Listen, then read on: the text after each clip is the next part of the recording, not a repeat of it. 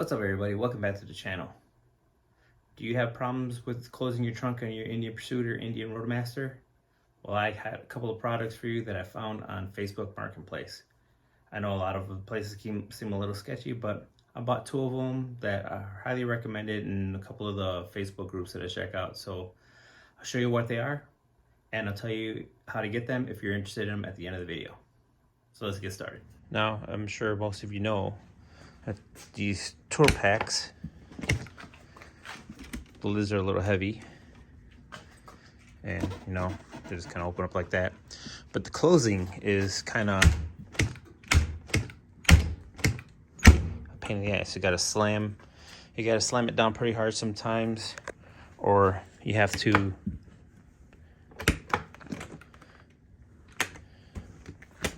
really force down to get it closed.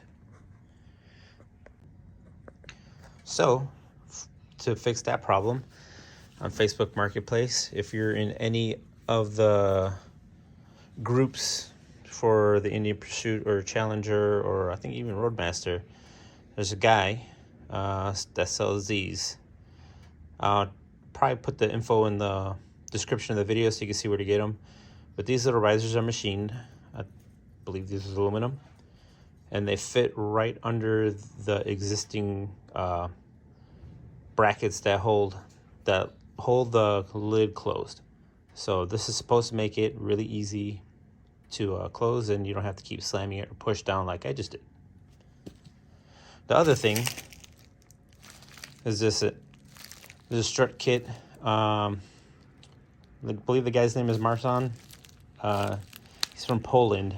He made this kit. This was like $75 shipped from over there. It's a lot of people in the Facebook groups swear by this guy, so I'm gonna install them and see how they work. So yeah, let's get started. All right, sorry for the background noise. It's during the middle of the day, so people are working on their houses and stuff. But the first thing I'm gonna do is install spacers. It's just 2 Allen bolts. Should be able to reuse these. I was gonna use an Allen. So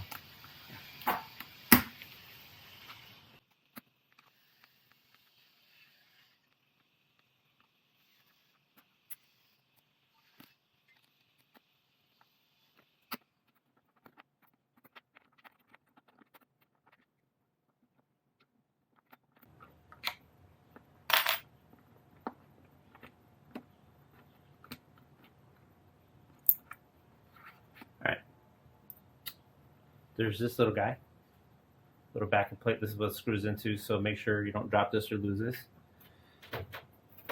But it seems super simple. Just grab that, put that on there, spaces it out just a little bit, and then put it back. I would say get it started first so that we can move the back plate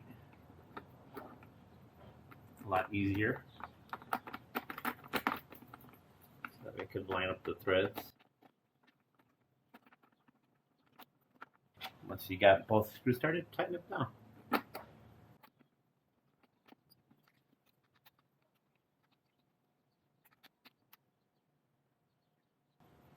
Alright. Okay, I've noticed there is a black mark on the factory hinge bracket. There's also a black mark on the bag itself. You gotta look a little bit to kind of really see it, but just as long as they line up, I think they should be good. And these line up, so should be right. Now that I got it snugged up, let me try this one, see what happens, make sure it lines up. Oh, that will latch a lot easier.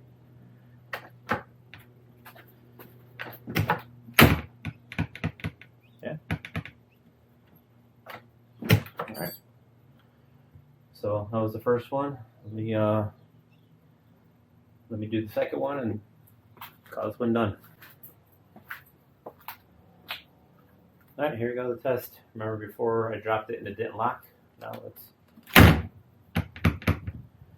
locks. Well, it latches. Then even if you put it down lightly. I barely have to just put a little pressure on it and it locks. One thing I did notice though, you kind of hear that little, so there's a little play. I'll probably do an update video later on with when I wash the bike, or I'll inevitably get caught in the rain, see if water gets in. Now I'm assuming it just raises it up so the gasket, I think that's what the problem is from the factory, is this gasket might be a little too thick or tough that holds the lid up, and it makes it a little difficult to close. Alright, so now the test.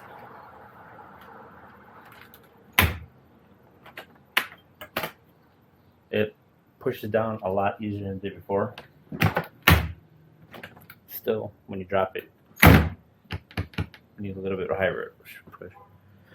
Need a little bit higher drop, which has always been the case, but still, when you get it low and you just push down like that, barely put any force, and you can hear the double lock. The only thing that I've noticed is you get that little noise. I'm assuming that's because the extra space, but it latches way easier now. So we'll see how it goes. I know I'm gonna inevitably get caught in the rain, so let's see if it leaks or anything like that, because that's, I think, what the problem was, is the gasket was just really tight on there. So yeah, we'll see. I'll give it a test. I'm sure it'll, like I said, inevitably get caught in the rain, so I'm sure I'll do an update video on these. But if I don't like them, I could always just unbolt those and pull those back out. But yeah, this is really easy install. Makes this so much easier to close. But time will tell. We'll see what goes. Now let's install these gas strips. One of the first things you got to do, according to the instructions, is remove this inner liner, because we got to remove the speaker grills so we can get to these nuts over here to attach the brackets. So if you've never taken this out before, super simple. Just slides right out. And then pull this out. After pulling the liner out, you got to remove two Allens. It's this one and this one, and this one right here. Sorry, this one right there, because you got to remove the cover for the speaker grill. I'm not 100% sure if we need to remove this pad or not, but I'm gonna give it a shot and see what happens.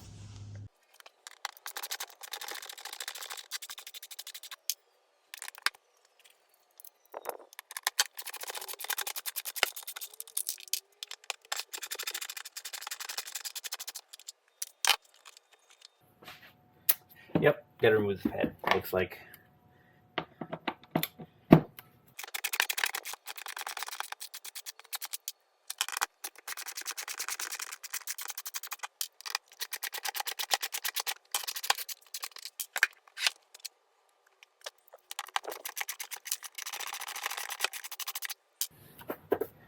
Hold on. Alright, so now these three, so I don't get bolts mixed up, I accidentally unscrewed one of the other ones.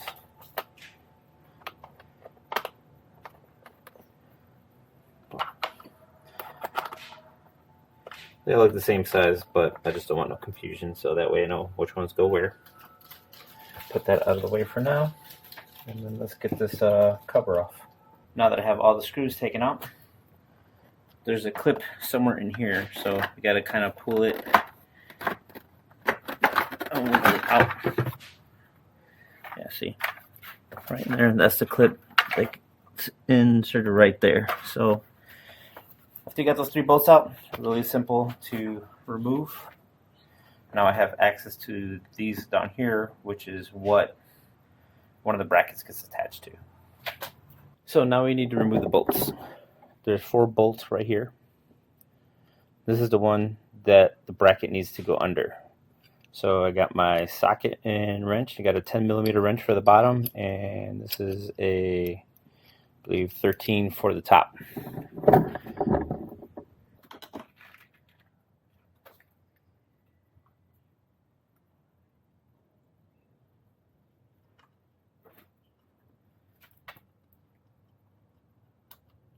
Voila. These are the shocks that the kit comes with. And this is all the hardware.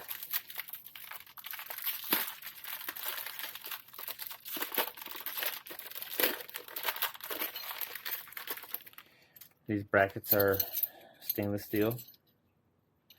So they say they look like they're laser cut and all that, so they're pretty nice.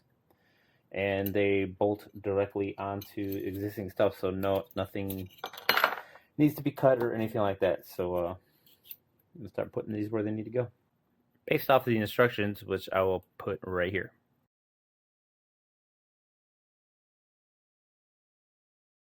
You get two brackets. You get one that has the angle on it, and then the other one, which is just has the offset hole. Doesn't really show you, it's not marked on anything which is which, but based off of the picture, the one with the angle goes down here, like so, and this one goes up here. So let's see how this goes, because it looks like it's sitting up at a little bit at an angle. Looks like this might have to get trimmed down just a little bit, but the hole lines up perfectly, so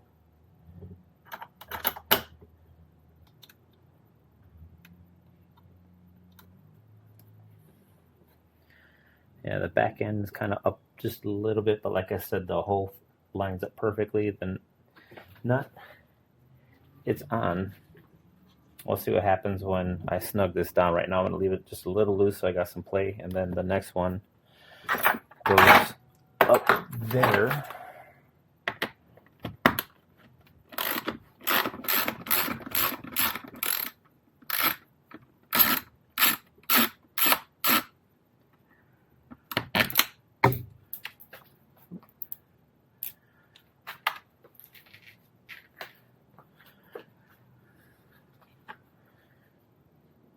Right, so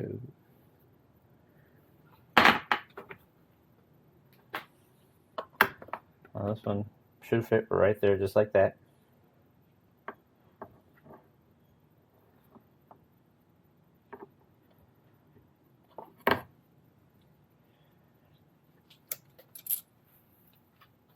So exact opposite.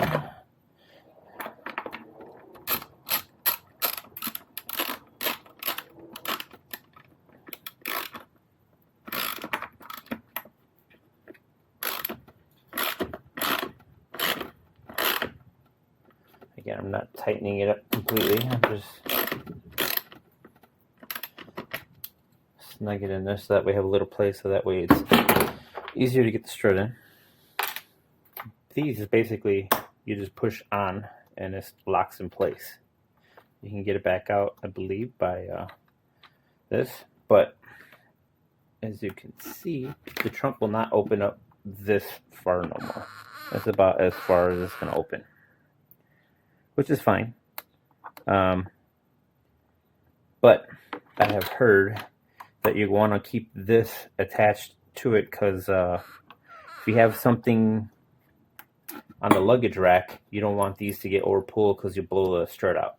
So I'm going to get the other brackets put on the other side, so that way I could figure out how much slack I'm going to need on this and figure out a way to get rid of some of the slack but still keep this on there, so that way it'll save the struts if needed. But yeah, that's pretty much it. You just push it on, it snaps into place. Same with this one, and it should hold it up. So I'm going to do the other side and then show what it looks like when it's done.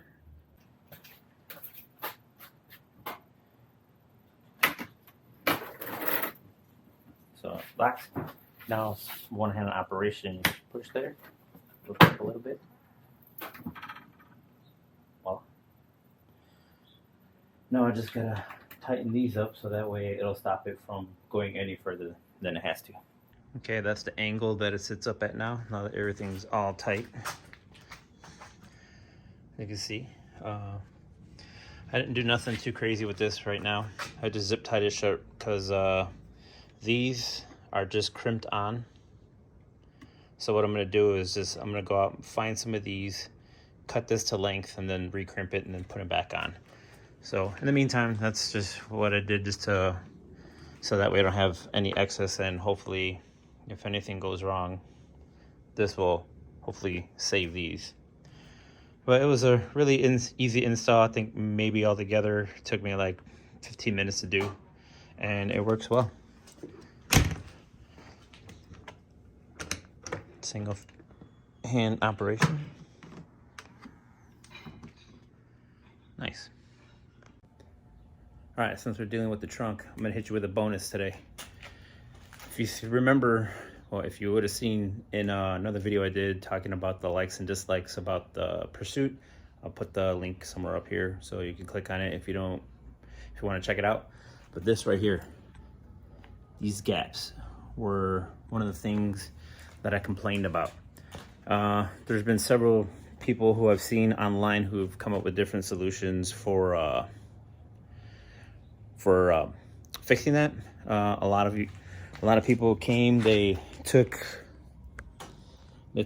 this off and ground down this so that way they can move it.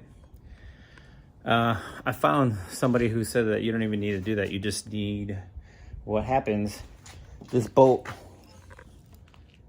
let's see if you can see it right there, that bolt is too long, so when it screws in, it hits the bracket. Let's see, I'll show you on this side, because this one's not done yet. But this is what we're talking about right here. The screw goes into there and it hits, hopefully you can see, it hits, it doesn't go all the way through it, and it hits this and it pushes away. That's why you get that big old gap. Sorry about my hand. So what somebody suggested to do is put a washer. What I did right there, it raises, hopefully, let's see, hopefully you can see, it raises the bolt up just enough so that way it doesn't bottom out and push itself out. And as you can see, the gap is really consistent instead of having a big gap right there. So that was bonus for y'all. So if you ever want to fix that, you don't even have to take anything apart. All you got to do is, sorry again, all you got to do is take that one off, put the washer there, push it back, and then tighten it back up. Bonus. Okay, well, that was a quick, easy install. There wasn't nothing really hard about doing it. I've had both things on the bikes for about a week or two now, and so far I haven't had any issues with either one of the things.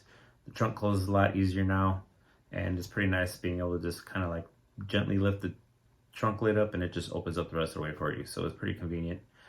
So yeah, you know, those Facebook finds, they're not always a scam, and these two are legit. The gas struts are from a guy in Poland. I'll leave the link to his name and stuff in the description of the video, so at least that way if you're interested you can reach out to him.